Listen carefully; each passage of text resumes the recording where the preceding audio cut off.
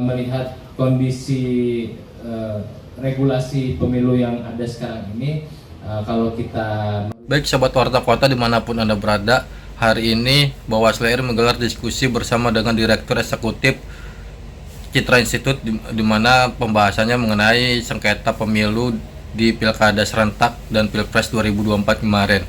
Dalam pembahasannya, Direktur Eksekutif Citra Institute Yusuf Farhan mengatakan bahwa ketika anggota Bawaslu RI tidak berpihak ataupun tidak terlibat dalam pemenangan salah satu paslon, maka akan bisa menghadirkan keterangan yang objektif atau tidak berpihak kepada siapapun.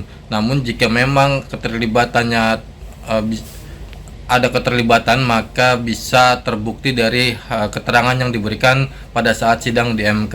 Dan Yusuf juga menyebut bahwa ia menemukan adanya dugaan keterlibatan oknum di beberapa daerah. Namun hal itu harus dibuktikan atau didalami lagi dugaan keterlibatan oknum Bawaslu RI. Sebab Yusuf menilai Bawaslu merupakan lembaga independen yang sangat seksi untuk dilakukan intervensi oleh sejumlah kandidat maupun peserta pemilu 2024 kemarin. Para calon ini sengaja menggandeng atau mengajak kong kali kong kepada Bawaslu karena memang Bawaslu ini bisa mengeluarkan sejumlah rekomendasi untuk lawan atau musuh-musuh di Pilkada Serentak. Salah satunya yaitu rekomendasi pembatalan sebagai peserta pemilu. Demikian, kembali ke studio. Melihat kondisi regulasi pemilu yang ada sekarang ini, kalau kita merujuk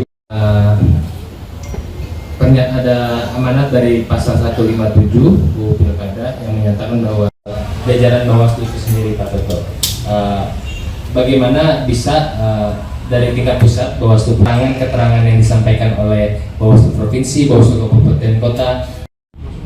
Gejala umum ya yang lazim terjadi, meskipun itu juga harus dibuktikan juga kan.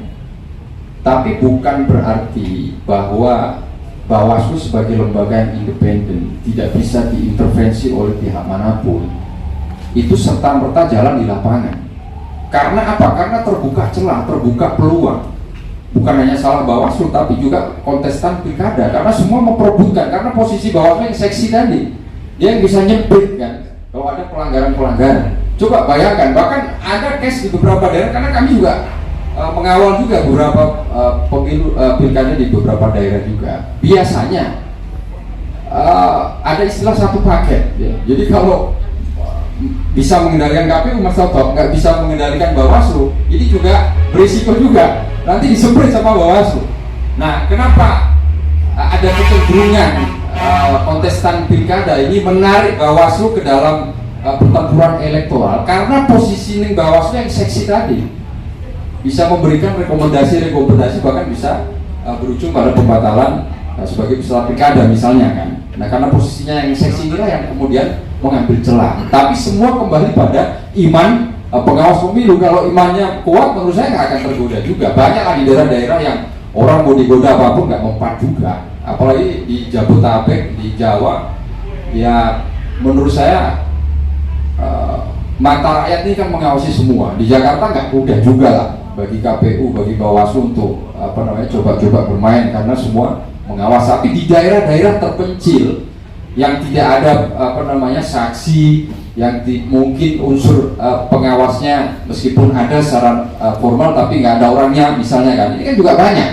Kami juga mendampingi pilkada di Papua misalnya, juga terdapat kecenderungan seperti itu ya, meskipun ya tidak mudah untuk membuktikannya, karena itu kan butuh pembuktian yang panjang juga kan, terutama terkait dugaan pelanggaran kode etik. Saya kira case-nya berbeda-beda ya antar daerah, dan itu tidak bisa kita generalisasi. Kita masih percaya bahwa Bawaslu sudah luar biasa melakukan evolusi kelembagaan, bahkan BIMTEK itu kurang apa, mungkin setiap bulan Mas Toto ya. Ya ini kan kita positive thinking, memang ini upaya memperkuat pengawasan juga oleh teman-teman Bawaslu ke bawah di tengah keterbatasan SDM pengawas pemilu, karena memang jumlahnya sangat terbatas sekali. Nah, khawatir kita kalau Bawaslu daerah, kabupaten ke bawah ini dijadikan ad hoc, ini justru akan memperparah atau memperlemah upaya penguatan kelembagaan Bawaslu. Saya kira